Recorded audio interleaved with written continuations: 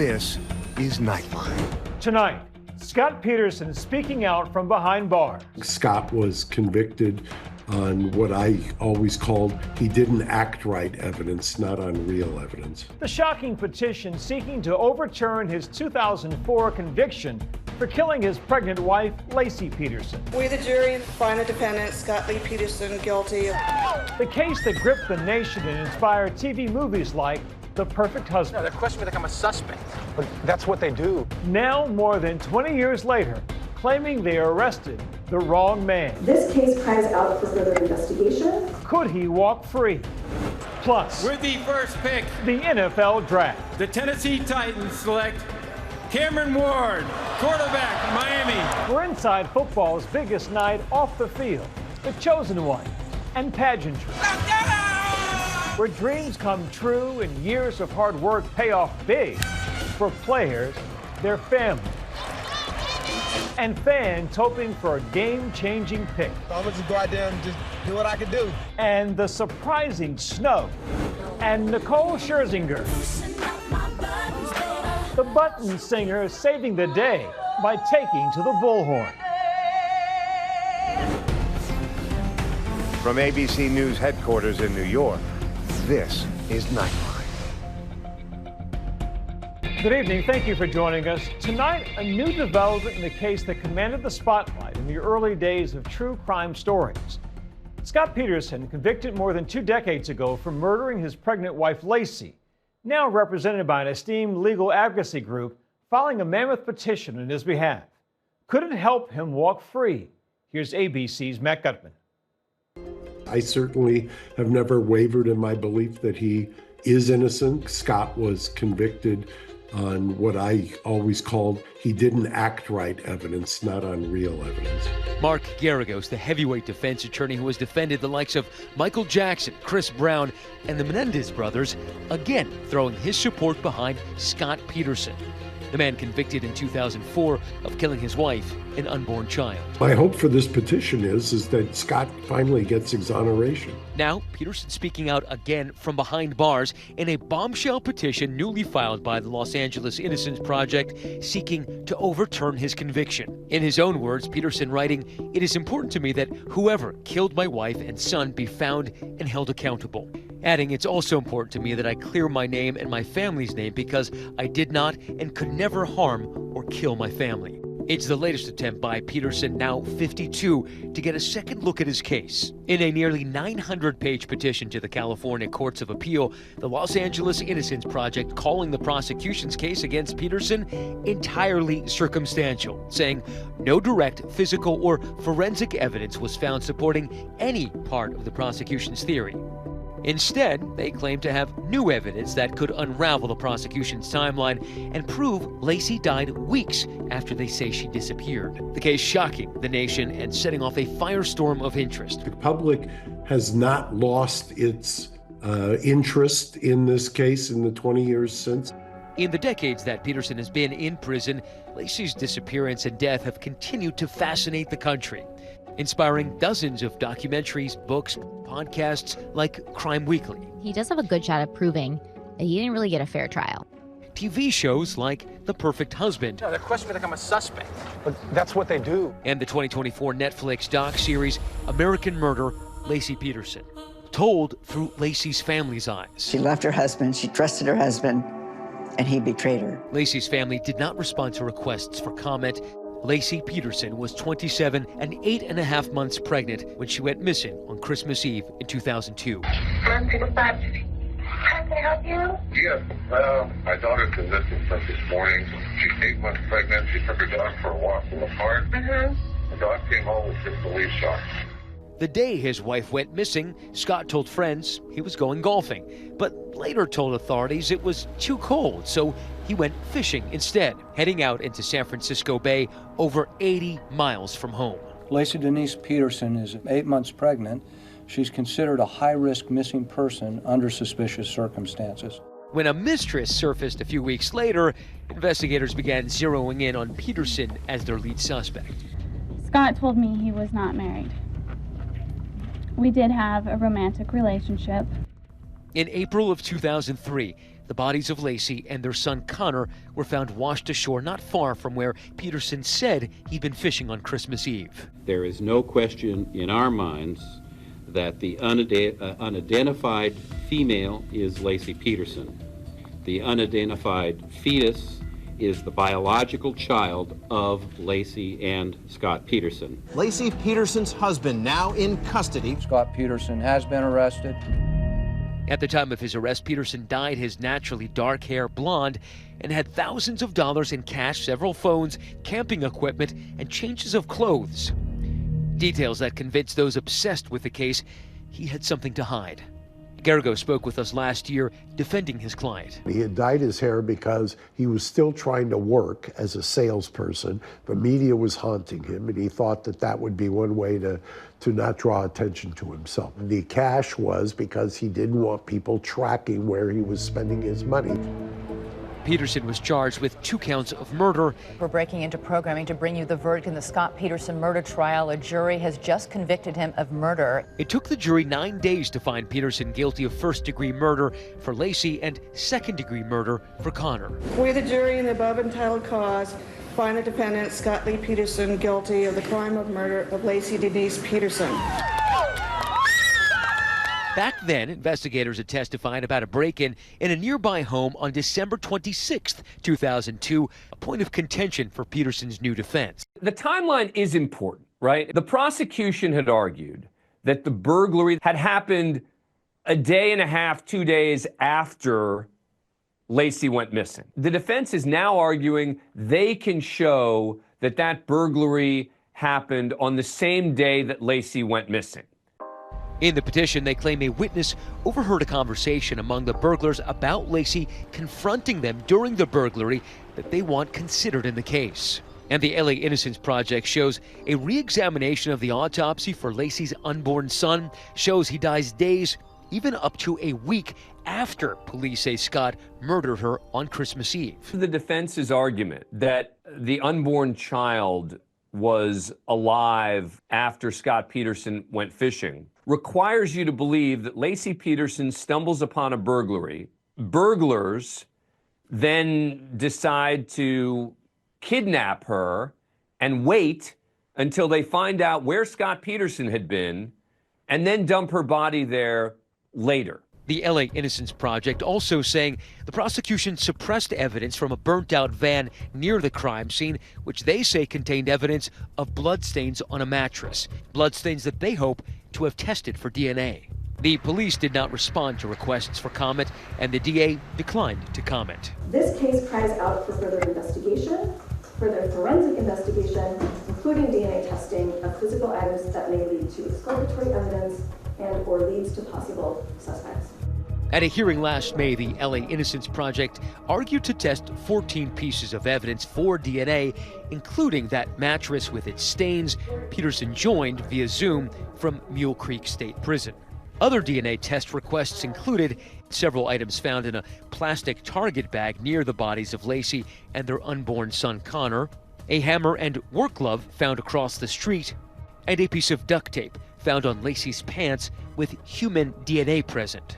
The state of California arguing in part that Peterson is on another baseless fishing expedition and saying that the conviction should stand. He has to show the evidence. He has to come forward with actual evidence, with actual facts, not speculation. To retest evidence at this point, you have to be able to show that there's something quite substantial that's new that could actually show innocence. Because, look, in theory, every defendant who's convicted would say, oh, I want new testing and I want new testing, in the hope that they could get something. There has to be a line in the law. The judge did hand Peterson a small win after rejecting all but one request, the duct tape found on Linsey's body. They tested a piece of tape, and so far we don't know what the results are. In their latest petition this week, the LA Innocence Project once again asked to have the mattress stains tested because they say their supposed new evidence is showing a direct link between the Medina burglars, the orange van, and Linsey Peterson confronting the burglars, and there is a reasonable probability Linsey Peterson was in that orange van. They also argued, again, to have the plastic target bag tested because those items could yield probative evidence and help identify the perpetrator of the crimes for which Peterson was wrongly convicted. The LA Innocence Project wants the public and the courts to focus on other evidence, meaning not the evidence that was actually presented against Scott Peterson, but another possible theory that they wish had been taken more seriously as a possible cause. Now, an eager public and Peterson himself, again, waiting. His petition could be decided on as early as tomorrow. I can't tell you how valuable it is to have groups or organizations like that that take cases that at one point seem rather hopeless, and they do the good work to try to uncover the truth. This case has already worked its way through the courts, and Scott Peterson has lost. He's lost his appeals apart from getting the death penalty off the table. The problem for them is, even at best, their new evidence would lead to questions. Their new evidence doesn't prove anything. Our thanks to Matt. When we come back, the pomp, pageantry, and big paydays of the NFL Draft.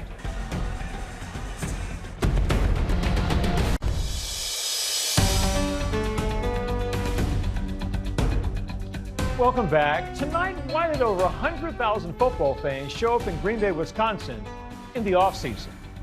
The NFL Draft is the answer. It's where years of training pay off, where careers begin, and up-and-coming football stars earn their entry into the bigs of America's wildly popular sport. Here's ABC's Ashin Singh. With the first pick in the 2025 NFL Draft, the Tennessee Titans select Cameron Ward. This is the moment 22-year-old Cam Ward's dreams came true. The quarterback from the University of Miami, selected first overall by the Tennessee Titans. It was the first of many life-changing moments. One of the NFL's biggest nights, here in Green Bay, Wisconsin. Amid all the pomp and pageantry, grueling anticipation for the teams and fans. For college's best football players, this is a culmination of a lifetime of work, showing up with their families and friends. Many using their big night to show off their custom-made drip. While Cam Ward was long expected to go number one, two much-hyped players from the University of Colorado drew attention. The Jacksonville Jaguars select Travis Hunter. One for getting picked number two, the other for not getting picked tonight. Heisman winner Travis Hunter from the University of Colorado, taken second by the Jacksonville Jaguars. So I'm going to just go out there and just do what I can do. Travis Hunter truly is a unicorn, but he's also an excellent athlete. He can play offense, he can play defense. He did that in college. Last December, when Hunter was awarded college football's most prestigious honor on ESPN, the Heisman Trophy, he paid tribute to his dad. Dad, I love you. All the stuff you went through, man. I look at your oldest son. I did this for you, man. I know you wanted to be here and you can't. But trust me, I got you. Travis Sr. couldn't attend the ceremony due to court-ordered probation following a 2023 arrest. But tonight, a court granting him special permission to share this moment. I appreciate everything. Going into the draft, Hunter has been one of the top players to watch, along with his teammate, quarterback Shedeur Sanders. The duo captivating college football with a 1-2 punch. Sanders! And it's caught at the 40! Travis Hunter! The biggest surprise of the night, Colorado quarterback Shedeur Sanders, not hearing his name called in tonight's first round, but the polarizing prospect is hoping to hear his name day 2 of the draft. It's absolutely a surprise that someone who was so highly regarded, everyone thought he was going to go early in the draft, not only wasn't drafted early, he wasn't drafted at all in the first round. That is a huge disappointment. It's a disappointment to him, of course, to his father, Deion Sanders, the coach. He's got that Sanders last name. And there he is, still sitting there, all dressed up, no place to go. The coach behind those two players, Deion Sanders, a.k.a. Primetime, the NFL legend, 2-time Super Bowl champion, and Shedeur's dad. Picked off. One thing about Deion, when he does get the ball, he does cause excitement. The trio starting out at Jackson State in Mississippi before Deion accepted a head coaching job at Colorado, bringing the boys with him. You bring these players with you and you have an instant team. You have instant stars that you bring with you. That's exactly the formula for success in college. And what the NFL is saying now with this draft is it's the formula for success in the NFL as well. Sanders guiding his son and Travis for the past 2 seasons at Colorado, showcased in the Amazon docuseries Coach Prime. So really it's just that crossing route right now in that middle of the field window. You anticipate it? Yep. Even though my son's a quarterback, I treat him like everyone else on the team. You gotta earn your spot. Now he earned it, but you best believe I'm gonna stay on him. Do not take them kind of hits down there. You can't take them kind of hits. And Deion telling GMA, not being on the sidelines for his son won't be easy. I've coached him every bit of the way. Shador, I've always been there, and every time he looked over there, I was there. So that last walk, see, I'm thinking about it now. It's tough to know that we've been together from day one. It's tough to see it in. This past weekend, the University of Colorado honoring the duo by retiring their jerseys.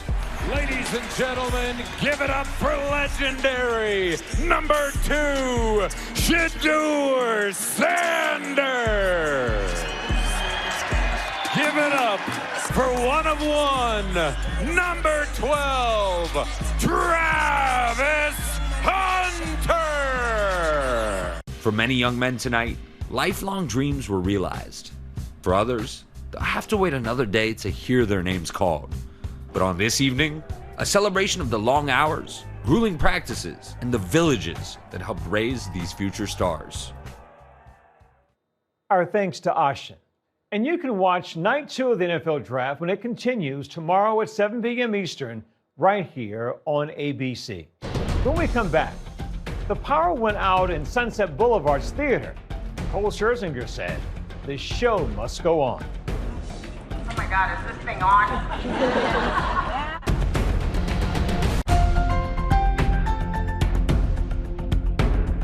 And finally tonight, a Broadway star taking matters and a bullhorn into her own hands.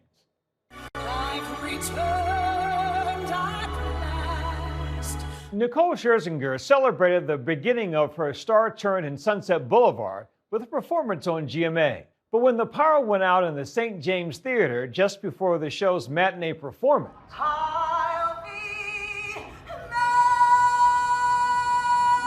the singer asked for a bullhorn and wowed the crowd with its biggest number with one look. A theatergoer described it to the New York Times as a real New York moment. Today we had some of our junior journalists here with us at ABC News. Signing off tonight, my co-anchor Juju Chang and our very special guest. And finally tonight, today marked the 32nd iteration of Take Our Daughters and Sons to Work Day. And we had our own special guests right here in the studio. Thanks for staying up with us. Good night, America.